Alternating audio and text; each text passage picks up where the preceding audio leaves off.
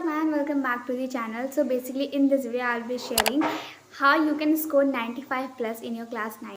Starting में मैं भी बहुत ज़्यादा सीरियस नहीं थी 9th में एफ आई से. And not only you are facing this problems, the topper, the average, every student is facing the same problem. School जाती थी, वहाँ पे मुझे नोट्स बनवा देते थे टीचर्स, हमारे अच्छे खासे नोट्स बनवा देते थे.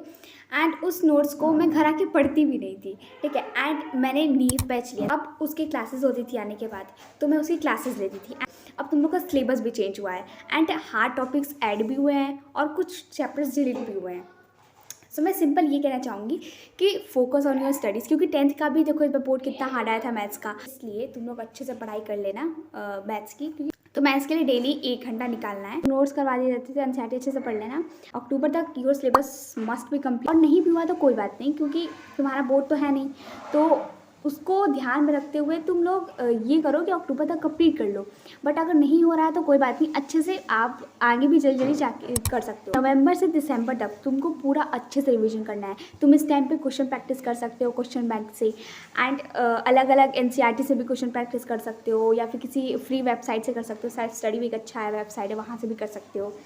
तो बेसिकली अगर मैं बोलूँ तो नवंबर से दिसंबर तक तुमको रिवीजन करना है. नवंबर से जनवरी तक तुमको सैम्पल पेपर लगाने हैं. अब आगे मैं बताऊं तो ऐसी कौन सी मिस्टेक है जो मैंने की थी एंड आपको नहीं करना है. तो फास्ट स्पीड में सिलेबस को कंप्लीट मत करने लगना. तुम सोचो कि अक्टूबर तक तुमको सिलेबस कंप्लीट करना है, तो जल्दी जल्दी सिलेबस कंप्लीट कर ले. में quality is more important than quantity.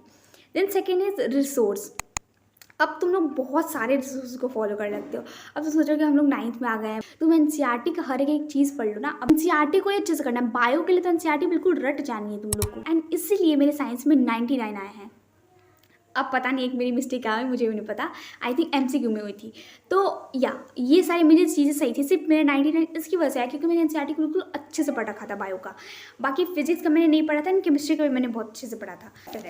तो यहाँ पे देखो मैंने बिल्कुल अच्छे से हाईलाइट करके रखा है. यहाँ पे बिल्कुल अच्छे से हाईलाइट करके रखा है. अब तीसरी मिस्टेक जो कि तुम लोग को नहीं करनी है, जो जिसने मेरा टाइम आधा वेस्ट ऐसे ही कर दिया था, वो है डिस्ट्रैक्शन. तुम लोग फ़ोन बहुत ज़्यादा चलाते हो. आई नो कि मैं भी बहुत ज़्यादा चलाती हूँ. एंड इस समय तो जो मैंने फ़ोन चलाया ना, वो शायद मैंने ज़िंदगी में कभी नहीं चलाया होगा. एक टाइम फिक्स कर लो कि जैसे मान लो तुम 4 से 5 पढ़ रहे हो, तो तुम एक टाइम फिक्स करके रखो कि डेली मैं 5 से 6 ही फ़ोन देखूँगी. उससे पहले मैं फ़ोन देखूँगी ही नहीं, या फिर देखूँगी तो सिर्फ पढ़ने के लिए देखूँगी. That's all. So I hope you like this video. Make sure that you subscribe to channel. यहीं तक ये थी वीडियो.